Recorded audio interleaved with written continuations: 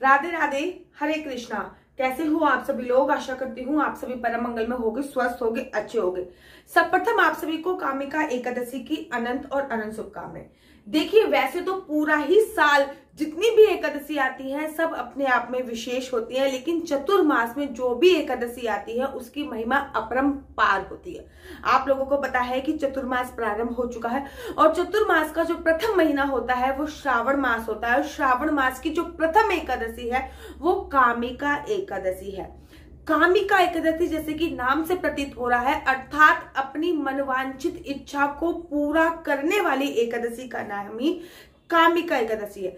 जो व्यक्ति आर्थिक रूप से बहुत ज्यादा कमजोर है और जिनके फल नहीं है वो लोग कामिका एकादशी का व्रत उपवास अवश्य और अवश्य करना चाहिए। कामिका एकादशी वाले दिन आप लोगों को विशेष पूजा अर्चना करने से भगवान विष्णु के साथ साथ भगवान शिव की भी पूजा अर्चना वंदना करने का पुण्य प्राप्त होता है।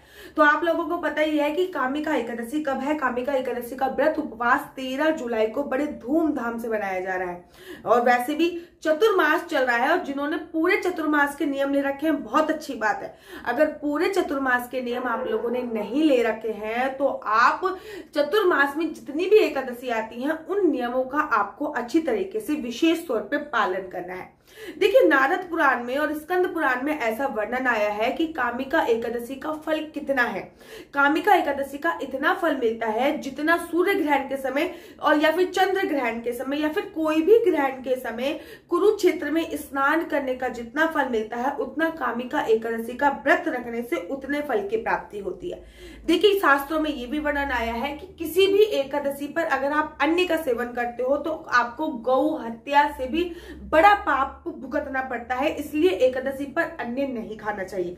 माना कि आपसे व्रत रखने में आप असक्षम हो, व्रत नहीं रखा जा रहा, तो कम से कम अन्न का सेवन तो मत कीजिए। और वैसे भी मैं ये बोलती हूँ कि बेशक पूरे दिन चलो, चाहे आप कुछ ना कुछ खाते रहो व्रत से संबंधित चीजें, लेकिन भगवान के लिए एकादशी का व्रत अवश्य करो। व्रत में क्या खाना चाहिए क्या नहीं खाना चाहिए उसकी वीडियो ऑलरेडी मेरे YouTube चैनल पर पहले से डली हुई, आप लोग देख सकते हो।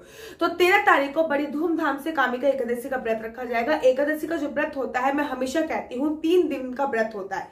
3 दिन तक आपको किसी भी काम वासना क्रिया को अंजाम नहीं देना होता है। 3 दिन तक आपको संभोग इत्यादि नहीं करना होता। 3 दिन तक आपको पृथ्वी शयन करना होता है। अब 10वीं तिथि की रात्रि से ही ये नियम चालू हो जाता है। 10वीं तिथि की रात्रि को सूर्यास्त के बाद आपको किसी भी प्रकार का भोजन इत्यादि नहीं करना होता है और 10वीं तिथि की रात्रि को पृथ्वी शयन करना होता है। सुबह सुबह जिस दिन एकादशी होती है सुबह सुबह ब्रह्म मुहूर्त में उठना होता है और ब्रह्म मुहूर्त में उठने के बाद आपको अगर कोई भी आसपास पवित्र नदियां हैं तो वहां पे जाके जो स्नान करना होता है वो सबसे ज्यादा सर्वोत्तम होता है। श्रावण का पावन पवित्र महीना चल रहा है, अगर कोई नदी आसपास नहीं है तो गंगा जल डाल के भी आप लोग स्नान कर सकते हो। इफ इन केस गंगा जल नहीं है तो फिर आप आंवले का रस या फिर हल्दी डालकर भी स्नान कर सकते हो।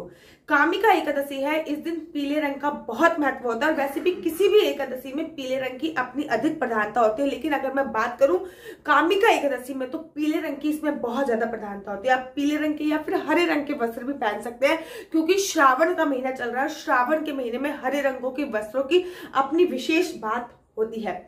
उसके बाद आपको पूरी तरीके से मैं आज इस बार ये कहूंगी कि आप हरी चूड़ियां पहनिए, सिंदूर लगाइए। क्यों? क्योंकि श्रावण का मास भी है और श्रावण मास में एकादशी की, अगर हम श्रावण मास की एकादशी की पूजा अर्चना वंदना 16 श्रृंगार करके या फिर मिनिमम जो श्रृंगार होता है सज धज कर करते हैं तो हमारे पास भगवान विष्णु की कृपा तो बरसती ही बरसती है। भगवान शिव की और माता पार्वती की भी अति कृपा होती है।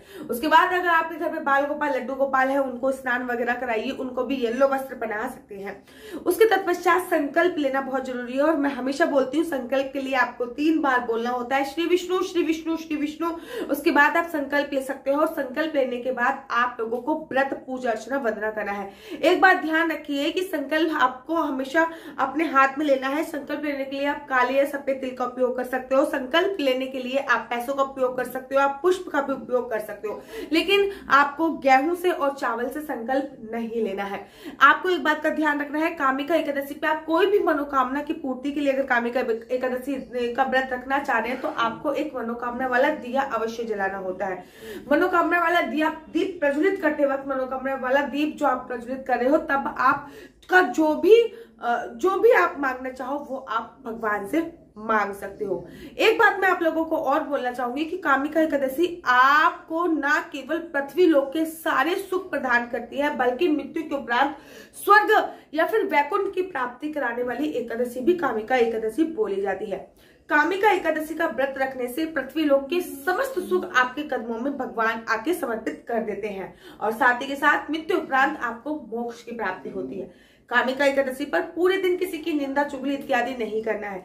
कामिका एकादशी क्या, किसी भी एकादशी पर आपको निंदा चुगली पर अपना समय व्यर्थ नहीं करना। बड़े सारे लोग कहते हैं दीदी बर्तन धो सकते हैं, कपड़े धो सकते हैं, जो भी आपकी दिनचर्या के काम हो वो आप कर सकते हैं, लेकिन कपड़े धोने की इसलिए मनाही होती है कि आप इस दिन ज्यादा से ज्यादा भगवान के नाम का सिमरन करें। लेकिन आजकल तो सबके पास वॉशिंग मशीन है, तो वॉशिंग मशीन में कपड़े डालो और धो लो।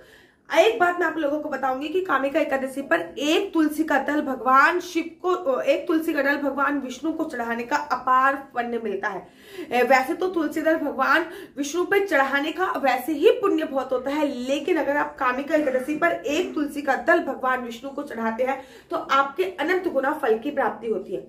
एकादशी पर तुलसी तोड़ी नहीं जाती, लेकिन तुलसी पर आप दीप प्रज्वलित कर सकते हो, तुलसी पर जल डाल सकते हो, तुलसी की परिक्रमा कर सकते हो, लेकिन तुलसी नहीं तोड़ी जाती। तुलसी के जो भी पत्ते टूटे हुए हैं, तुलसी के पत्ते 11 दिन तक अशुद्ध नहीं माने जाते। तुलसी के जो भी पत्ते टूटे हुए हैं उनकी माला अगर आप बनाकर भगवान विष्णु या लड्डू गोपाल को पहनाओगे तो आप पर भगवान विष्णु और लड्डू गोपाल की अत्यधिक कृपा होगी, क्योंकि श्रावण का महीना हरा हरा होता है, तुलसी का रंग भी हरा होता है और तुलसी भगवान विष्णु को वैसे ही प्रिय होती है। और तुलसी की रियल तुलसी की जो माला होती है, अगर वो भगवान विष्णु को समर्पित करती जाए तो कहना ही क्या होता है। कामिका एकादशी क्या, किसी भी एकादशी पर आपको दिन में सोना नहीं चाहिए। कामिका एकादशी की पूजा अर्चना वंदना कुछ इस प्रकार करने के बाद आपको पूरे दिन भगवान के नाम का स्मरण करना है, पृथ्वी शयन करना है और शाम के समय आपको घर के मुख्य द्वार पे भी दीप प्रज्वलित करना है, तुलसी मैया पे भी दीप प्रज्वलित करना है। एक बात आपको ध्यान दिला दूं, जो दिया आप जलाते हो उस दिए से आरती नहीं होती। आरती का दिया अलग होता है और भगवान के सामने दीप प्रज्वलित करने का दिया अलग होता है। एकादशी पर आपको तुलसी की भी 11 परिक्रमा कर सकते हो, करनी ही चाहिए, क्योंकि श्रावण का भी पावन पवित्र महीना चला है। कामिका एकादशी पर अगर आप शिवलिंग पर भी जल अभिषेक करते हो तो बहुत बहुत अति उत्तम माना जाता है। शिवलिंग पे जल अभिषेक करने का शाम का समय सबसे ज्यादा सर्वोत्तम माना गया है। कामिका एकादशी पर अगर आप ऊपर छत पे जाकर अगर आकाश दीप दान करते हो तो बहुत ज्यादा सर्वोत्तम बताया गया है। कामिका एकादशी पर भगवान का जो प्रिय भोग है, कहते हैं कि कामिका एकादशी पर दूध में चीनी मिलाकर या फिर दूध में शक्कर मिलाकर पीने से आपको सर्प की योनि से मुक्ति मिल जाती है। कामिका एकादशी पर एक गिलास दूध बढ़िया सा गर्म कीजिए, उसमें आप तुलसी दल डालिए और उसमें आप चीनी या शक्कर डालिए, मिलाइए और भगवान को भोग लगाइए और भोग लगाने के बाद आप उसको ग्रहण कीजिए तो आपको सर्प योनि से मुक्ति मिल जाएगी। कामिका एकादशी पर भगवान का जो प्रिय भोग है वो इसी प्रकार का भोग है, अर्थात वो दूध का ही भोग है। हमेशा हर एकादशी पर मैं कहती हूँ कि हर एकादशी पर भगवान विष्णु को मखाने की खीर का भोग अवश्य लगाना चाहिए, तो इस एकादशी पर भी भगवान विष्णु को मखाने की खीर का भोग अवश्य लगाइए। शाम को आपको पृथ्वी शयन करना है, रात्रि को पृथ्वी शयन करना है। हो सके तो पूरी रात्रि जागरण कीजिए, क्योंकि श्रावण का भी महीना चल रहा है। अगर पूरी रात्रि जागरण नहीं कर सकते हो तो कम से कम 1 पहर तक तो जागरण अवश्य कीजिए। मतलब जागरण नहीं कर सकते तो अर्थात मंत्र का जाप तो आप कर ही सकते हो, कम से कम 1 पहर तक अर्थात 10 साढ़े 10 बजे तक तो आपको ये अवश्य और अवश्य करना है। उसके तत्पश्चात आप पृथ्वी शयन कर सकते हो, लेकिन अखंड ज्योत आप दीप प्रज्वलित अखंड ज्योत जरूर जला दिए। अगले दिन सुबह सुबह ब्रह्म मुहूर्त में उठना है, पूजा अर्चना वंदना करनी है। किसी मंदिर जा सकते हो तो बहुत ज्यादा सर्वोत्तम है, फिर किसी योग्य ब्राह्मण को या फिर किसी वैष्णव को भोजन खिला दीजिए। अगर तब भी भोजन खिलाने में असमर्थ है, अर्थात कोई ब्राह्मण या फिर वैष्णव नहीं मिल रहा, तो किसी भी गरीब को आप भोजन या फिर कुंवारी कन्या को जो बच्ची बच्ची होती हैं उनको भोजन खिला सकते हैं या फिर उनके निमित्त पैसे निकाल के भी रख सकते हैं। तो इस प्रकार से आपको व्रत का पारायण करना होता है। व्रत का पारायण इस समय पर, क्योंकि अगले दिन प्रदोष का व्रत है, तो व्रत का पारायण कैसे करना है उस पर अगर आपका प्रदोष का व्रत है तो व्रत का पारायण कैसे करना है, अगर उस पर डिटेल में वीडियो चाहते तो मुझे कमेंट्स कीजिए। कामिका एकादशी की आप सभी लोगों को अनंत और अनंत शुभकामनाएं।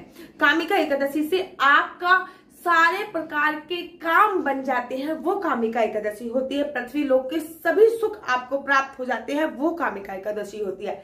आशा करती हूँ आपको मेरी वीडियो अच्छी लगती होगी। अगर आपको मेरी वीडियो अच्छी लगती है तो आप अपना यूट्यूब चैनल हरि बोल को लाइक से सब्सक्राइब करना बिल्कुल भी मत भूलिए। तब तक के लिए मुझे दीजिए इजाजत। राधे राधे, हरे कृष्णा, हरि बोल।